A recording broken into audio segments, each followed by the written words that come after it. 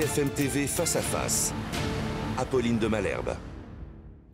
8h32 sur RMC et BFM TV. Bonjour Frédéric Ploquin. Bonjour. Merci d'être venu nous éclairer ce matin. Vous êtes spécialiste du grand banditisme, auteur des réseaux secrets de la police. Et cette arrestation spectaculaire ce week-end d'un des grands parrains de la drogue, en tout cas un chef de gang marseillais, vous allez nous le raconter, c'était au Maroc. Et puis une saisie de cocaïne record au Havre, ça c'était hier sur le port du Havre. D'abord cette arrestation, Bingui, alias Le Chat, chef de clan marseillais Yoda, interpellé au Maroc. Qui est cet homme ? D'abord, je voudrais saluer une victoire diplomatique, expliquer cela, parce que c'est avant tout... Prenez le temps de nous le dire. Avant d'être une victoire policière, c'est d'abord une victoire diplomatique. On a, depuis un an environ, deux individus qui se font la guerre sur Marseille pour un point de deal particulièrement lucratif. Une guerre qui a fait près de 40 morts en un an, alors que les guerres d'autrefois, je rappelle juste un chiffre, la guerre entre Gaëtan Zampa et Francis le Belge il y a 40 ans, ça a fait 40 morts en 20 ans. Donc c'est aussi ça, le nouveau visage du narcotrafic en France. Ce sont des guerres éclairs, ultra-violentes, des individus qui manient la Kalachnikov alors qu'autrefois ils réglaient leur compte au 11-43.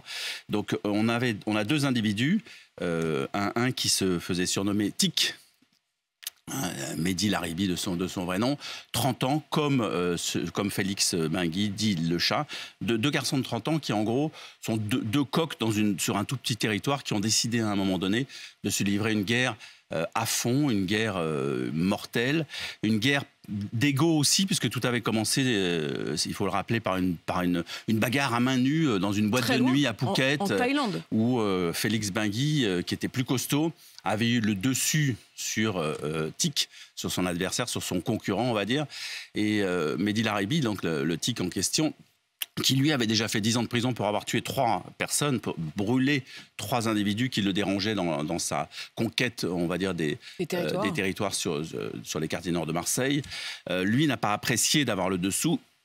La réplique a été immédiate et ça a duré un an. Là, les deux individus, à un moment donné, se sachant recherchés et identifiés par la police, se sont réfugiés à l'étranger. Et ça aussi, c'est une version moderne, on va dire, contemporaine de ces guerres. C'est-à-dire que Tic, lui, est parti, a priori, selon les informations de la police, en Algérie. Et Félix Bingui, dit Le Chat, qui n'est pas du tout d'origine marocaine, mais qui est un métis franco-centrafricain, lui a décidé de partir au Maroc.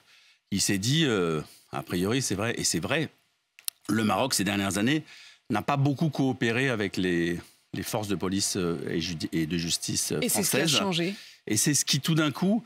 Alors, il faut quand même rappeler que le ministre des Affaires étrangères français est passé par le Maroc il y a quelques semaines, que Emmanuel Macron est attendu prochainement au Maroc et qu'on assiste à une espèce a priori, de résurrection, de renaissance des relations franco-marocaines qui était vraiment d'un froid glacial, tant et si bien que, en gros, aucune information ne circulait et que les attachés de sécurité français au Maroc avaient plutôt tendance à se tourner les pouces face à des individus, face à des policiers marocains qui ne leur répondaient pas beaucoup.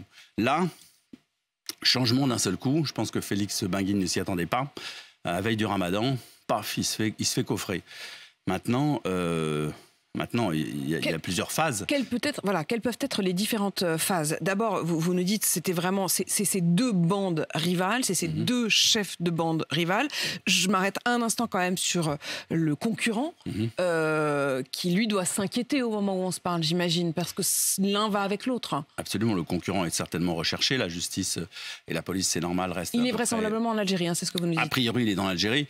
Les relations entre la France et l'Algérie ne sont pas non plus extrêmement bonne en matière de coopération policière et de tout temps, comme au Maroc d'ailleurs, un certain nombre de trafiquants qui ont œuvré sur le territoire français se sont réfugiés dans ces pays.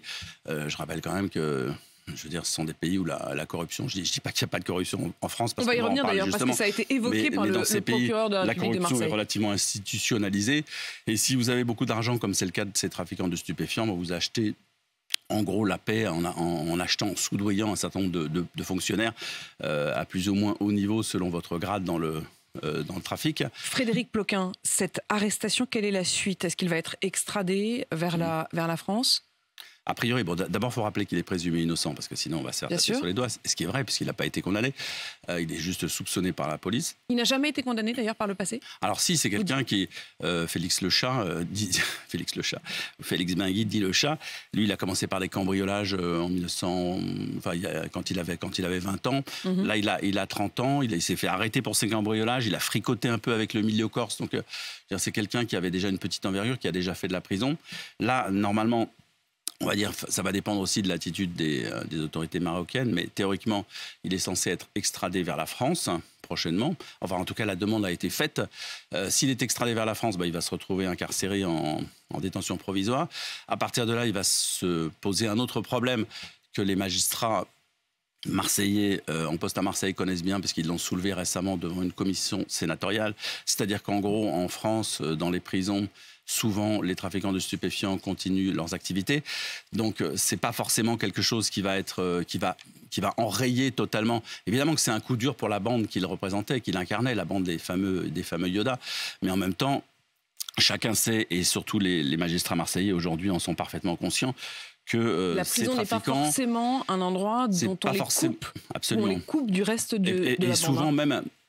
Les combats, les bagarres se poursuivent à l'intérieur de la prison. Vous avez même des individus qui se font soit racketter, soit même poinçonner au couteau dans leur propre cellule. Je veux dire, ce sont des choses qui arrivent, d'une part, et vous avez d'autre part les trafiquants qui, à l'aide des réseaux sociaux et des téléphones portables, poursuivent leurs activités depuis derrière les murs, souvent surveillés par la police, mais ça n'empêche pas forcément, ça n'enraye pas forcément la guerre. C'est assez fascinant ce que vous nous racontez quand même, Frédéric Ploquin, de se dire que la prison n'est plus un lieu où on les coupe du reste de la société. Au contraire, les liens continuent à se faire. Je voudrais à ce propos qu'on écoute les propos du procureur de la République de Marseille.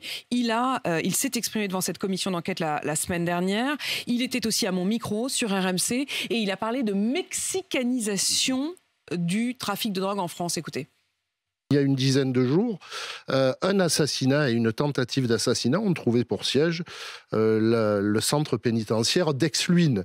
Donc ça veut dire qu'on est véritablement dans une logique quasiment de mexicanisation, c'est-à-dire on continue à l'intérieur des prisons les guerres qui se produisent à l'extérieur. Donc volontarisme mais grande prudence, car tous les jours il faut continuer à lutter, puisqu'on a l'impression parfois que c'est sans fin. Que c'est sans fin. Là-dessus, je voudrais quand même dire que c'est extrêmement important ce qui vient de se passer, le fait que des magistrats confirment un peu ce que les policiers et ce que nous, journalistes, avons constaté depuis un certain nombre d'années, avec les mêmes mots. C'est une première. C'est-à-dire que jusqu'à présent, les policiers n'arrêtaient pas de dénoncer un certain nombre de faits. Nous, journalistes, les reprenions. Mais là, c'est la première fois que des magistrats mettent des mots sur les mots, les vrais mots. C'est-à-dire qu'ils parlent... Et, mexicanisation. Le même procureur a parlé récemment aussi de mafia à propos de la Corse, qui ne s'était pas fait depuis longtemps. Donc à partir du moment où on met des mots sur les événements en matière de criminalité, on se donne les moyens de les traiter. Mexicanisation, bon, il exagère peut-être un peu, mais c'est pour frapper les esprits. Qu'est-ce que ça veut dire? Ça veut dire qu'on a quand même vu cette année l'apparition sur le territoire français de tueurs à gages très jeunes, 17, 18 ans, recrutés sur les réseaux sociaux. Le trafic de stupéfiants engendre des enlèvements, des actes de torture, des assassinats. Deuxièmement. Troisièmement, ce qui rappelle un peu le Mexique. Moi, je connais bien le Mexique. C'est vrai qu'on n'en est pas encore là. Au Mexique, ce ne sont pas des territoires et des quartiers qui appartiennent aux trafiquants. Ce sont des États entiers. Et donc, il y a ce deuxième élément. Le troisième élément, c'est aussi le côté asymétrique dont parle le procureur de Marseille dans la guerre contre la drogue. Il dit, en gros, devant la commission sénatoriale, il a reconnu d'une certaine façon que l'État était parfois plus faible que les forces du mal qu'il combattait. Et c'est un petit peu ce qui se passe au Mexique où en fait les narcotrafiquants forment un véritable État dans l'État. Donc on n'en est pas là, mais on est sur cette voie. Mais il y a une chose que l'on entend, c'est aussi la question de la corruption. Et c'est d'ailleurs un mot qui a été prononcé par le procureur de la République de Marseille et sur lequel je voudrais vous entendre, Frédéric Ploquin. Il a laissé entendre qu'il y avait quelque chose comme une dérive vers une forme de corruption ici, en France, de policiers, une corruption à bas bruit. Oui, alors c'est pas le même niveau qu'au Mexique non plus. Au Mexique, on a des anciens présidents de la République qui ont été soupçonnés d'être impliqués dans le trafic de stupéfiants. Je rappelle quand même que le Mexique, c'est la plateforme mondiale la plus importante du trafic de drogue entre la Colombie et les États-Unis. Hein. Voilà, et ça fait 30 ans que ça dure. Ok. En France, effectivement, cette puissance financière des narcotrafiquants aujourd'hui nous fait peur parce qu'elle permet de corrompre également, comme au Mexique, un certain nombre de fonctionnaires. 56 en 2022 qui auraient été considérés comme mouillés dans cette forme de corruption de basse intensité, comme il dit. Faut quand même rappeler que la très grande majorité des policiers français, à 99%, se battent tous les jours les mains dans le cambouis contre la drogue. Il faut le dire. Une fois qu'on a dit ça, on peut rappeler qu'effectivement, on peut constater qu'effectivement, les trafiquants de stupéfiants n'hésitent plus aujourd'hui à recruter des petites mains dans la police, dans la douane, pourquoi pas, dans la gendarmerie. La tricoche. Enfin, moi, j'avoue humblement et en toute naïveté que je ne connaissais pas ce mot. C'est quoi la tricoche ? La tricoche, c'est une vieille histoire dans la police, sauf que la tricoche, autrefois, elle se faisait... Ça veut dire qu'en gros, on a des policiers qui, depuis leur service, depuis leur bureau, consultent les fichiers pour le compte de X personnes extérieures qui leur donnent un petit billet ou un gros billet. Autrefois, ça se faisait beaucoup, ça s'est fait beaucoup pendant des années à l'intention de détectives qui travaillaient pour des chefs d'entreprise et qui voulaient savoir un certain nombre de choses sur leurs concurrents. Ça s'est fait. Bon, ça a été... Il y a un certain nombre d'affaires, de ripoux qui sont tombés, de commissaires, d'inspecteurs, de gardiens de la paix qui, effectivement... cumuler, on va dire, des billets de banque pour renseigner comme ça des personnes extérieures. Sauf que là, il s'agit d'autre chose. Il s'agit de petites mains qui, au sein de la police, consultent les fichiers pour le compte de trafiquants de stupéfiants. C'est-à-dire qu'ils vont, par exemple, vérifier une plaque d'immatriculation. Alors, ça veut dire quoi ? Ça veut dire que les trafiquants de stupéfiants, à un moment donné, ils se disent on est peut-être suivi par la police, c'est quoi ? Ils relèvent une plaque. Eux, ils n'ont pas les moyens d'accéder aux fichiers de police. Donc, ils demandent à un policier à l'intérieur de la police. Ils lui donnent un petit billet et ils lui disent est-ce que tu peux vérifier si cette plaque, elle correspond ? À qui elle correspond ? Est-ce que c'est un rival, un concurrent ? Ou est-ce que c'est la police ? À partir de là, le policier, lui, le dernier qui a été arrêté, là, ces jours-ci, dans le Val-de-Marne, lui, je pense qu'il a été recruté tout simplement parce qu'il avait grandi un peu dans les mêmes quartiers que ces trafiquants de stupéfiants. Donc, il y avait déjà une base commune, comme ça se fait avec les dockers du Havre, où il y a une base commune comme ça, où ils se connaissent depuis l'école entre trafiquants et dockers. Là, c'est un peu le même principe. Et quand il a été arrêté, en gros, ce qui a frappé les policiers qui l'ont interrogé, c'est qu'il n'avait visiblement aucune conscience de faire le mal. En gros, il a dit... En gros, il faisait ça... C'est pas très grave. Il faisait ça pour arrondir ses fins de mois. Ça lui a pas paru très grave. Je crois qu'il l'a pas percuté. Alors, soit à l'école, à l'école de police, on n'a pas assez insisté sur ce que ça signifiait que de travailler pour l'ennemi. Soit c'est quelqu'un qui n'avait pas le niveau pour entrer dans la police, soit il est de mauvaise foi. Ouais. Mais en tout cas, c'est relativement inquiétant. Mais je pense que ça en dit long aussi sur le rapport de notre société à la drogue. Je pense qu'il y a une espèce d'accoutumance comme ça à ce qu'est la drogue et que finalement le fait que ce soit les forces du mal qui soient derrière, quelquefois on l'oublie. D'ailleurs, les clients, ceux qui aujourd'hui consomment de la cocaïne, du cannabis à gogo, je rappelle quand même que la cocaïne s'est répandue considérablement dans la société, qu'elle est diffusée énormément. On a eu quand même ces épisodes. Alors, au Sénat, l'idée que la drogue soit dans le sein des seins de la démocratie institutionnelle ça signifie établie. Ça signifie qu'elle est partout. Et donc, il y a effectivement la barrière, d'une certaine manière, mentale, politique, à sauter. Et donc, on a des fonctionnaires de police jeunes qui ont souvent l'âge des trafiquants. Par exemple, à Cayenne, récemment, l'aéroport de Guyane, porte d'entrée principale de la cocaïne pendant longtemps sur le territoire en métropole. Et récemment, ont été arrêtés 10 très jeunes policiers. 10 ADS qui avaient grandi dans les quartiers, encore une fois, de ces trafiquants, qui les connaissaient depuis les bancs d'école. Un lien et des frontières de plus en plus mouvantes entre les deux. Et eux, aucune barrière morale dans leur respect. Vous avez parlé aussi des dockers du Havre, saisie record de cocaïne au Havre ce week-end, visiblement dans une cargaison de sucre en provenance du Brésil, qui avait d'abord fait escale à Rotterdam et à Anvers, qui avait visiblement déversé une partie de sa cargaison. Tout de même, ce qu'il reste était de quoi faire déjà une saisie record au Havre. Quand vous dites les dockers, est-ce que ça veut dire qu'il y a des complicités ?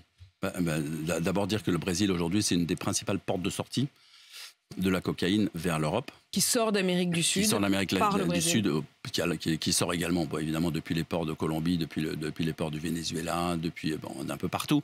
Mais le Brésil, parce que je rappelle quand même que l'Amazonie, c'est une vaste zone comme ça, difficile à contrôler, qui est adossée d'un côté à la cordillère des Andes où pousse la cocaïne, et puis de l'autre côté, il y a des fleuves qui arrivent jusqu'aux frontières. Il y a énormément de commerce entre l'Europe et le Brésil.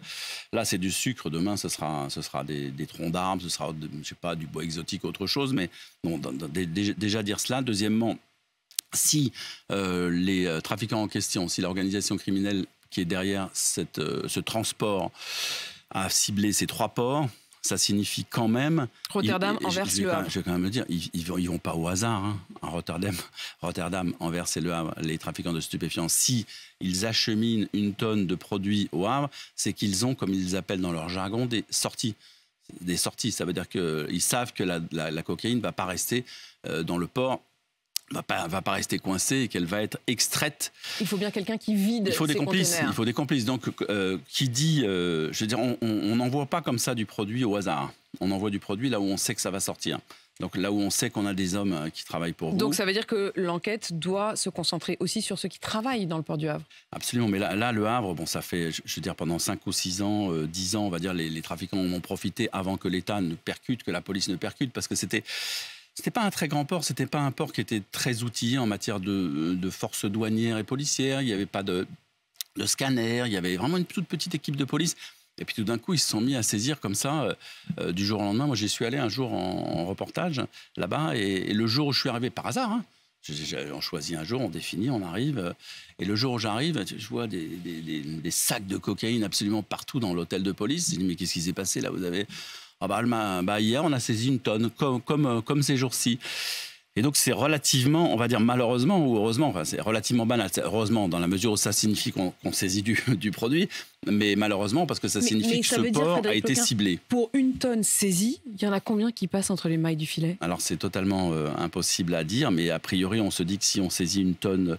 On pourrait saisir peut-être une tonne par jour, en réalité. On ne saisit pas une tonne par jour, parce qu'on ne peut pas... En fait, parce qu'on ne donne pas les moyens ou parce qu'ils sont très bons? Il y a les deux. Il y a aussi le fait qu'il ne faut pas freiner et trop freiner le commerce mondial des produits, que ce soit alimentaires ou autres. Parce qu'en fait, le capitalisme est roi, vous le savez très bien. Et donc, je dirais, on peut pas freiner le trafic de containers. Parce que sinon, comme vous le disiez, c'est aussi une question tout simplement de commerce extérieur de la France. Et puis même de réputation du port du Havre. C'est-à-dire, si vous stoppez tous les containers de bananes pendant 10-15 jours pour vérifier, vos bananes, elles vont arriver à Rungis dans un mauvais état. Donc, qui va indemniser les producteurs de bananes? Et c'est pareil pour tous les produits. Donc, en fait, il y a le commerce mondial. Les trafiquants, eux, s'immiscent, se glissent dans ce commerce parce qu'ils savent très bien qu'on ne peut pas l'interrompre. Et à partir de là, ils disposent leurs produits et ils disposent, comme je le disais, de petites mains. La suite, Frédéric Ploquin. Il y a eu cette arrestation, on le disait, donc du Chat, le chef de clan marseillais au Maroc. Mais je me souviens de cette arrestation spectaculaire à Dubaï. C'était début novembre 2023, donc il n'y a pas si longtemps, quelques jours après une visite éclair du ministre de l'Intérieur, Gérald Darmanin, qui s'était rendu aux Émirats Arabes Unis. La police locale avait annoncé l'arrestation du narcotrafiquant français Abdelkader Bouguetaya, connu sous le sobriquet de Bibi, arrêté, spectaculaire, tout le monde s'en est félicité, et relâché. Alors... si vous voulez, ça c'est le rôle des avocats, de tacler, de démonter, de casser les procédures. On est quand même en démocratie. Il devait être extradé vers la France et il a été relâché avant d'être extradé. À partir de là, si vous voulez, ça nous montre quand même que la clé, et ça, Éric Dupond-Moretti, Gérald Darmanin, Emmanuel Macron le savent très bien, la clé, elle est quand même dans une coopération de plus en plus importante au niveau international. Vous voyez bien que le trafic de stupéfiants, c'est pas un trafic qui se fait à l'échelle de la France, des frontières de l'Hexagone. Évidemment que ça se passe au pied de l'escalier, évidemment que ça se passe dans les cités, évidemment que les opérations place nette, ça a du sens parce qu'on fait le ménage à un endroit et qu'on rassure les gens et qu'on libère des trafiquants, un certain nombre de personnes. Mais aux Émirats Arabes Unis de nous envoyer effectivement ceux qu'ils ont arrêtés. Voilà. Même au sein de l'Europe, je crois qu'il faut commencer par balayer devant notre porte. Au sein de l'Europe, chaque pays se bat dans son coin. Je veux dire, les Allemands, ils viennent de légaliser le cannabis, les Hollandais Hollandais l'ont fait depuis très longtemps, mais c'est un point. Mais sur l'autre point, chacun se bat sur son territoire. Les Espagnols se battent sur leur territoire, alors que la corruption en Espagne permet aux produits de rentrer sur le territoire français. Actuellement, il y a un procès géant à Bruxelles. Il y a 120 trafiquants de stupéfiants qui sont jugés parce qu'ils ont été démasqués grâce au fait que les policiers et les gendarmes ont su pénétrer les messageries cryptées des trafiquants. Donc il y a un procès gigantesque qui est en train de se faire. Mais là, on a l'impression, au sein de l'Europe, avant même de dire que les Marocains ne sont pas trop coopératifs, même s'ils ont été là, que les Algériens ne nous aident pas vraiment non plus, que pour aller frapper à Dubaï, c'est compliqué, même si on a marqué, même s'il y a aujourd'hui un attaché de sécurité, il y a un magistrat détaché à Dubaï. Il n'y en avait pas jusqu'à présent, il y en a un. C'est déjà pas mal. Jusqu'à présent, ça n'était pas autorisé.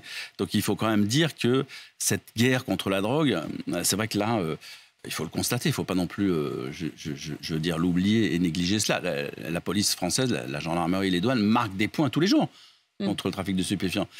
Mais se battre tout seul face à ce produit, c'est un peu se battre contre des moulins à vent. Tout cela veut dire qu'après l'arrestation spectaculaire du chat au Maroc, il faudra donc suivre et voir ce qu'il en est fait et quelles sont les suites. Frédéric Ploquin, merci pour ce récit, ces explications. Vous êtes spécialiste du grand banditisme, auteur des réseaux secrets de la police. Il est 8h53 sur RMC BFM TV. Bonne journée.